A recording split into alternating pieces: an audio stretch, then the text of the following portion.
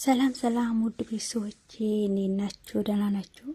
እኔ ያለው እግዚአብሔር ይመስገን። እናንተም ሰላም እንደምትሆኑልኝ ባለሙሉ ተስፋ ነኝ። ዛሬ ደግሞ በአዲስ ቪዲዮ ነው የመጣሁላችሁ።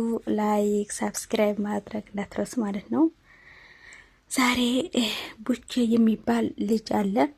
የሩታ ተቆርቋሪ ነው። ለአቤል ምስጢር እንዳስወጣው ነው የምነግራችሁ ማለት ነው። ሩታ አጠገብ ላይ እንዳትደርስ የማን ነው የብሩኬን እጣ ፋንታ እንዳይደርስ ብሎ እየተናገረው ነበር። አንተ ሽጉጥ ብትደቅን ምን ብትደቅን እኔ አልፈራህም ብሎ አቤል ደግሞ እየተመላለሰው ነበረ ማለት ነው። ለምንድን ነው እንደዚህ ያደረገው ያለው ልጁ ግን ማለት ነው እያለው ያለው ከሩታና ከአብርሃም ህይወት እኔ እወጣለሁ እነሱ ህይወት አልገባም ብሎ ከዚህ በፊት ለምኖኛል ከካሜራ በኋላ እያለ ነው። ሁለት ሰዎች እንደዚህ ተንኮለኞች ምስጢርን የሚፈለፍሉ ተንኮልን የሚዘሩ አሉ። አንድ ደግሞ አቤል ነው እያለ ነው። ውስጥ ያሉን ፈግፍጌ ነው አወጣቸዋለሁ እያለ ነው። እንደዚህ ለአብርሃምና ለሩታ መጣላት ሰበብ የሆኑትን አስወጣቸዋለሁ።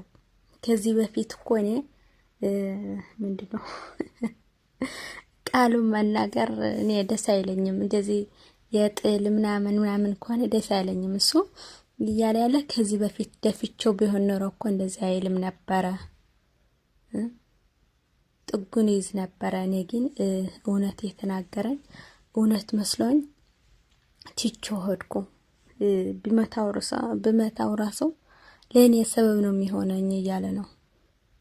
እውነት ነው። ሰበብ ሲል እኮ አንተ ሳታስበው ወይም ትናደ ሰው አናደ አንተ ሳታስበው ትመታዋለክና በአንተ ሰበብ ይሆናልና ከዚህ ተናደን ከምንወስነው ወይ ደግሞ ከምንሰራው መቆጠብ ያስፈልገናል ማለት ነው። ትናንትና ለብሩኬ እንዳስጠነቀቀው ካሁን በኋላ ሩታና አብርሃም መሃል አልገባም፣ ህይወትን ማጣት አልፈልግም ብሎ ትናንትና ነግሬ ነው የሄደው። ከሱ የበለጡ ደግሞ ሁለት አውሬዎች ሰዎች አሉ። አንዷ ሴት ናት፣ አንዱ ደግሞ አቤል ነው እያለ ነው። አውሬዎቹ ተገለጡ ማለት ነው። አውሬ ከመሆን እግዚአብሔር ይጠብቀን። የሰው አውሬ በጣም ከባድ እኮ ነው። ቤተሰብ እየተሽለኮልዳከ ማለት ነው ስራውን ይሰራል። የሰው አውሬ ማለት ነው። በጣም ነው የሚያስቀኝ። ልጁ እያሳቀኝ ነው። እዛ ውስጥ እየተደበቁ ደግሞ ጎርጉሬ ነው የማወጣቸው እና አቤልን ማለት ነው።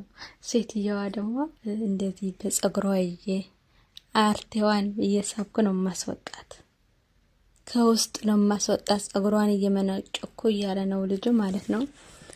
ክፉ የሚሰራ ሰውማ መውጣት አለበት እንዴ! ሩታ እኮ እረፍት አጣች። 9 ወር ሊሞላት ነው እንግዲህ 9 ወር ያለ እረፍት አንድ ጋር ስትሄድ እንደዚህ ሰራሽ፣ እንደዚህ ያደረግሽ፣ አብርሃም እንደዚህ ያደረገ ልጅ አለው ምን አለው እያሉ እኮ ምን ጭቅጭቅ አድርጎ ማለት ነው እረፍት አሳጧት። እኔ እኮ በጣም ነው የምታሳዝነኝ ሩታ። ወይኔ ምን እንደምባለው አፈር ፍዳዋን እኮ ነው ያስበሏት። ማረፍ በሚያስፈልጋት ሰዓት እረፍት አሳጧት። እውነት በጣም ከባድ ነው። ከእንደዚህ አይነት ሰው ይጠብቃችሁ ማለት ነው። እንደዚህ ድራማ ምናምን የሚሰሩት ከሆነ እንግዲህ ምንም ማለት አይደለም።